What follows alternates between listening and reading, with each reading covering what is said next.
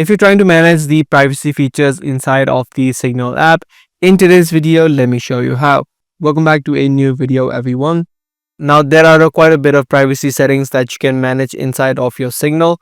The way that you do it is through these settings by heading over to the three dotted line on the top right and then head over to settings. From this list, if you scroll down, you'll see the section called privacy.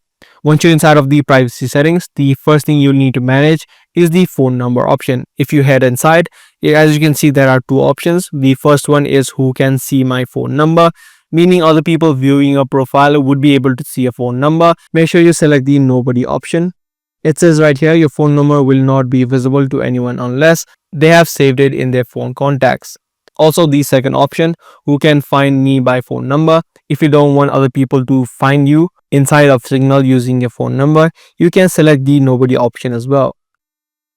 Now, apart from the phone number option, if you scroll down, other settings that you can manage such as the messaging option, where you can toggle on or toggle off the read receipts or these typing indicators. Also, you have the option of disappearing message.